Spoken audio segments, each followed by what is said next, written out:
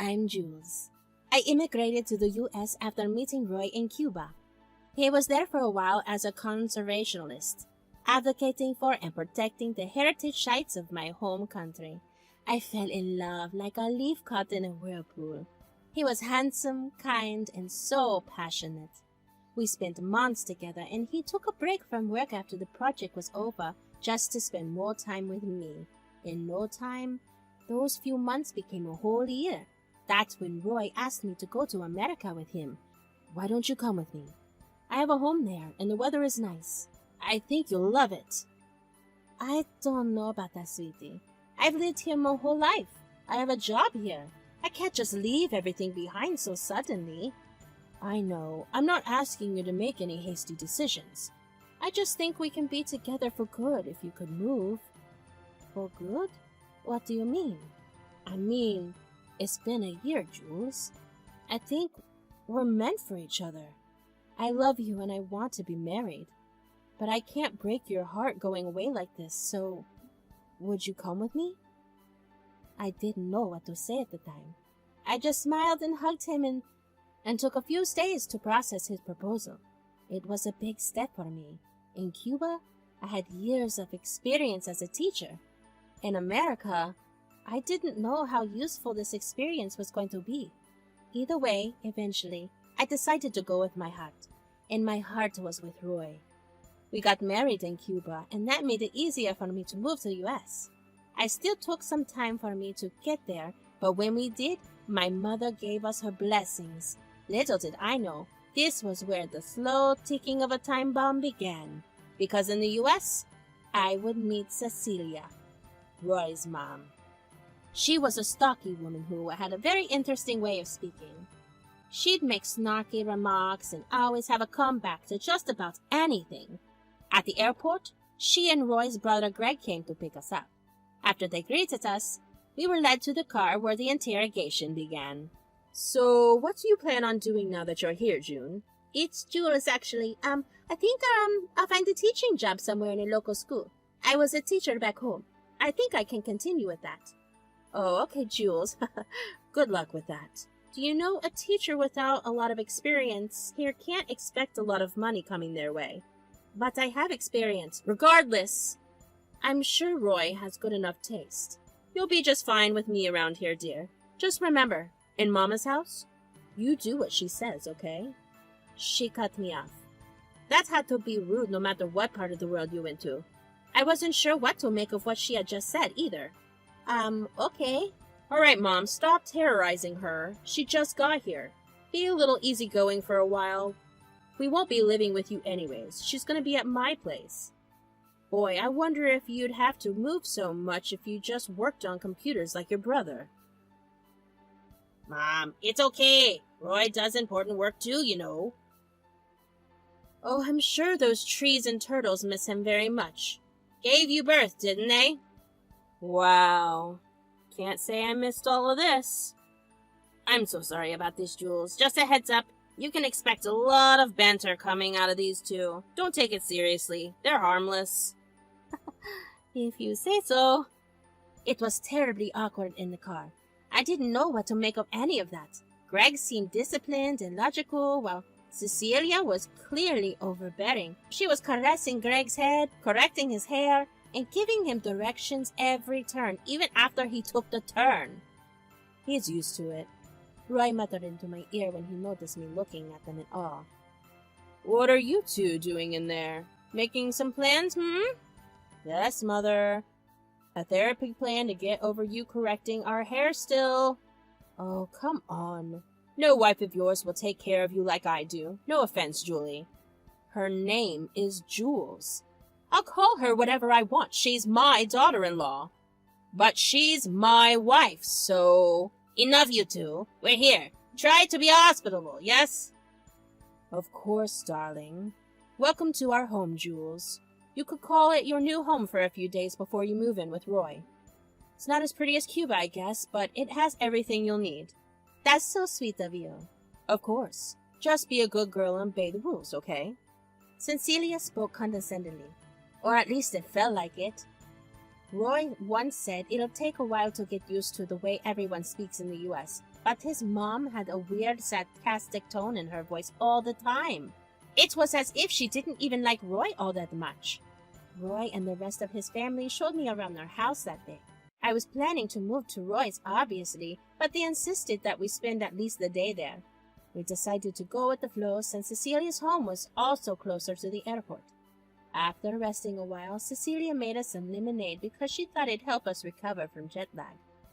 So, how do you guys usually spend your days? What do you do? Well, I'm a member of the Homeowners Association here. I usually do some neighborhood watches and do some small events. Get kids to stay off the street, the usual. Oh, that sounds fun. Oh, it's so fun. The other day, these kids were playing on the street and one of them fell over while trying to catch a rubber ball and started crying. It was the funniest thing I've ever seen. She began laughing as if she was reminiscing the memory. I felt worried about it. I was a teacher back home. If a kid ever happened to fall down, every staff member would rush to their aid and make sure they were all right. Geez, maybe you should have helped him. Nah, their parents are responsible for letting the little brats out. The only children I like are my own. Others are a pain and always will be. We're all grown up, Mom. Greg's 30 for crying out loud. Shush. You'll always be kids to me. Oh, that reminds me. The other day, Greg's phone suddenly began ringing. He quickly pulled out his phone and took a look at it. Oh, God. It's the devil herself. Sorry, guys. I've got to take this. He left the table quickly and started talking as he was walking away. I thought it was his boss calling him because who else would he call a devil? But I was taken back when Cecilia told us. It's probably Taylor, his ex. I hate that woman. Ex? Did the divorce go through? No, it's going through. I just like calling her his ex. Makes me feel a bit better.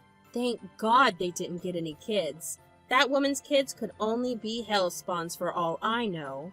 What happened with them? Why are they splitting? Who knows? Greg never talks about it. Just says it's a family matter and they're done solving it. Doesn't look solved to me. Anyway, who wants some cookies? I'll bake some fresh ones.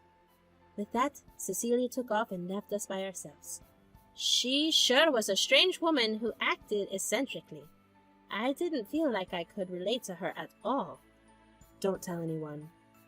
Roy suddenly leaned into me. Greg and I haven't told Mom, so she doesn't know. He and Taylor are splitting because Mom won't let them have a kid. What? Why won't she? And more importantly, why are they listening to her? They're not. Greg is. He's the firstborn.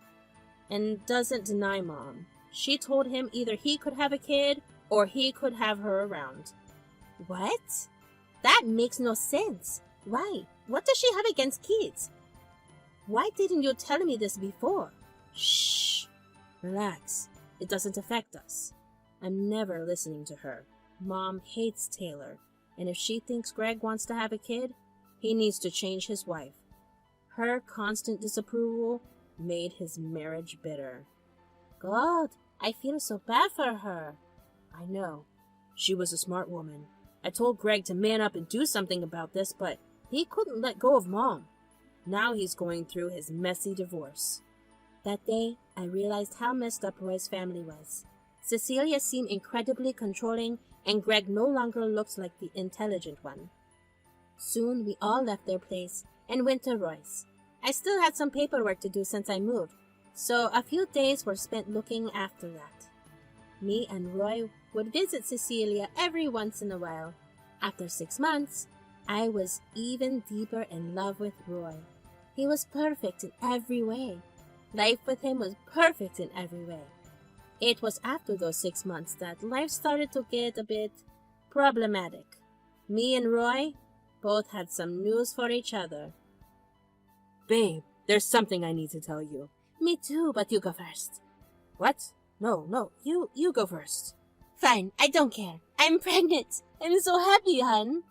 A few tears of joy left my eyes as I and Roy embraced. He was shaking with happiness too, but then he was silent for some time. Jules, I have to go, he said after a moment. I couldn't comprehend what he had just said. Go where? When? Australia. My organization is trying to work along the coast to help the barrier reef. I have to go next month. I'm leading the mission. Oh, I'm so happy for you, honey, I said, but honestly, I was taken back. It was like being sucked onto Earth after flying for a minute. What was I going to do without him around? I'm so sorry. I can't believe this is happening. Then don't go. Can't you stay? Someone else could lead the mission. No, it has to be me. He caressed my face and gave me a gentle hug. I felt like I would cry. This is no time for me to spend alone. What was I even going to do? How long? 8 months. 8 months? I know. Look, I promise I'll try to be back sooner. You can stay with Mom until I'm back. She'll look after you. Are you even listening to yourself right now? Your mom? The one who hates children? Sounds perfect! It'll be okay. Greg can come around every once in a while to help look after you, too. Don't worry. Maybe you two could finally bond. Roy, I cannot stand that woman. Maybe I'll go back to Cuba after a few months, spend some time there. Are you sure about that? Yes, it's a better idea anyway. I could think of a million reasons to keep my distance from Cecilia. I knew that woman was not good for my health, or anyone's for that matter. I've really tried hard to find a job in the US after arriving, but my interviews were of no avail. And now I was pregnant. We decided that Roy would help me get the tickets done once we had some time. Roy handed me the tickets to Cuba. The flight was a few weeks later. After kissing my forehead and giving me a long hug, he left for Australia. Cecilia had come over to see him one last time, and she decided to stay at our apartment until I left for Cuba. As soon as the door closed, Cecilia decided to take over the place. All right, sweet honey. Now, only because you're pregnant doesn't mean you get to live free of chores. Sweep up the floor for me, yes? I'm gonna go pour myself a glass of wine. I already will do it again. It's Mama's house now. No, it's Roy's place. I think I'm going to go rest for some time now. Uh-oh, careful, Julia. You don't want to get on my bad side. Look what happened to poor Taylor. Now come on, grab a mop, chop chop.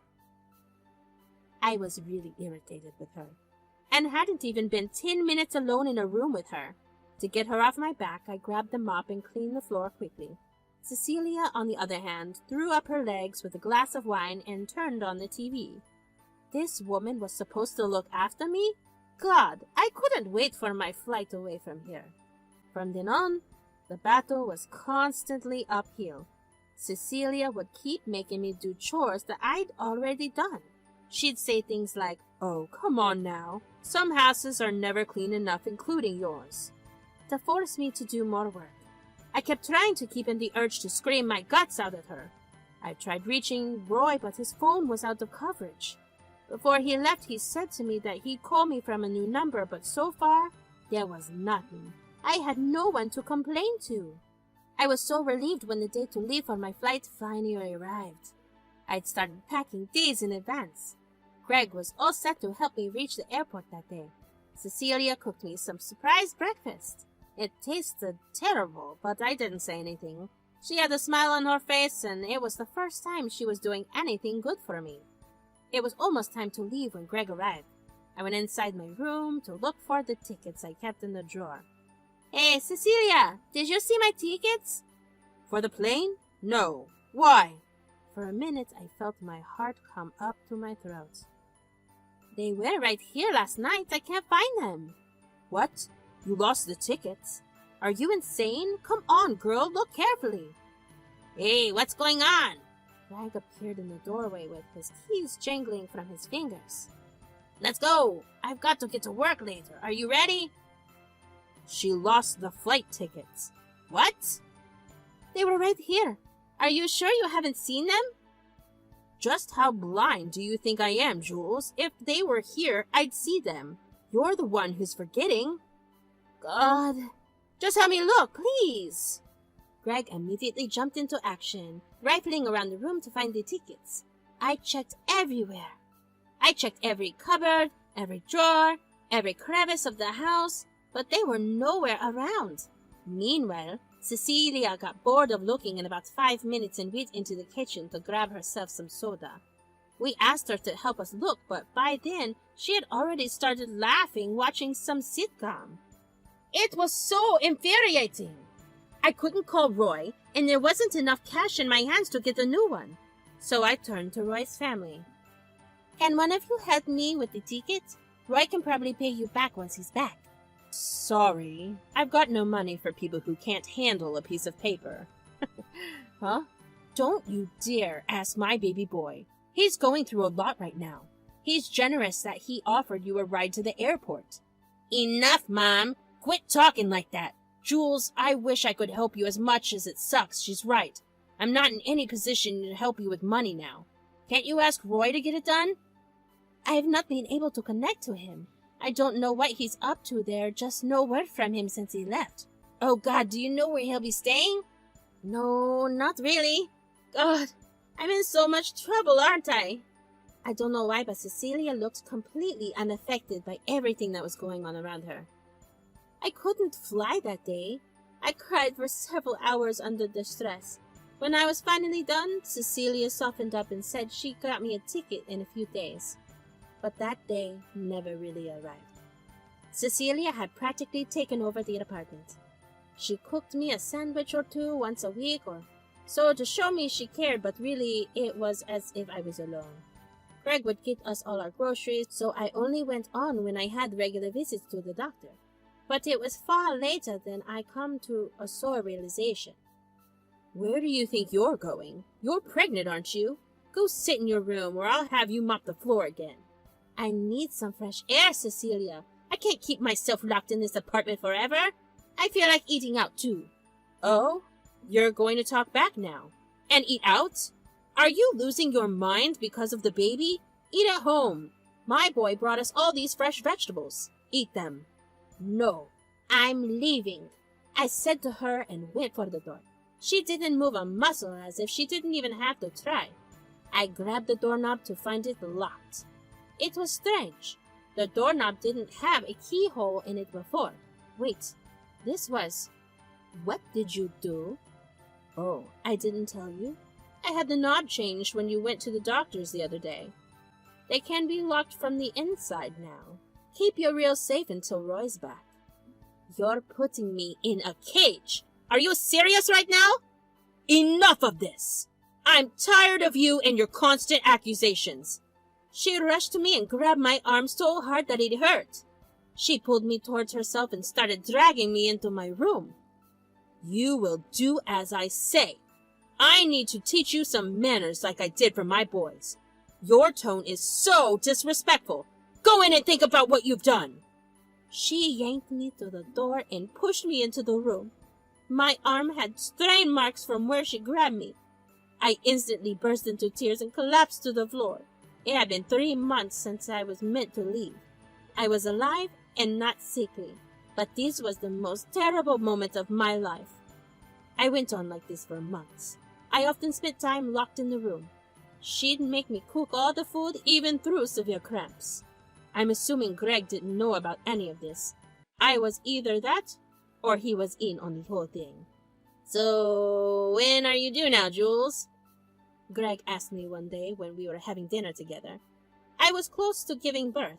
Roy was supposed to come back by now. He promised that he would. I had no clue what to do. Anytime this month. Weeks until then, maybe. Are you excited? I was horrified. What if Roy never came back? My child would not be born here. I was just looking to escape these two and run away wherever I could. Yes, very much so. Huh? You don't sound excited. I get it. Kids are a pain. Relax, Mom. I'm sorry about her. I wish I could have kids too, you know. My ex wanted it. Oh, on and on about. Cecilia had to be interrupted. Just then, my cramps began. A scream escaped my mouth, and my spoon dropped to the floor. The two of them panicked. It was happening. Things went past too far after that. Greg drove me to the hospital, and Cecilia was with us. I remember I was in a lot of pain. When my eyes opened, Roy was in front of me. He was holding my baby. He laid him down next to me and started talking. Jules, darling. I was too tired to react to him. I knew I was happy, but I was also so mad at him. Instead, I just looked at my child when I spoke to him. How could you? Hey, I'm here now. Don't worry. Don't you want to go in the room and sleep? Why aren't you guys taking care of her? What? We are. What does it look like? How could you leave me alone with this terrible woman? You better watch your mouth, girl. Mom, what did you do? I was so worried about her. When did you come back from Cuba, hun? I couldn't go. The tickets just disappeared from the house. And you went dark on me. Your mother has treated me like a prisoner this whole time, and I had no money at all. I thought I was screaming, but I had no strength. It was all but tired mumbling. I was so furious still. Oh my God, that's it, Roy. I'm leaving. She is nothing but an ungrateful brat. Mom, what in God's name is wrong with you?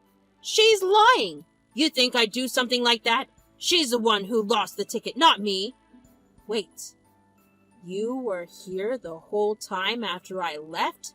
Yeah, she was. It sounded like Greg and Roy were piecing something together.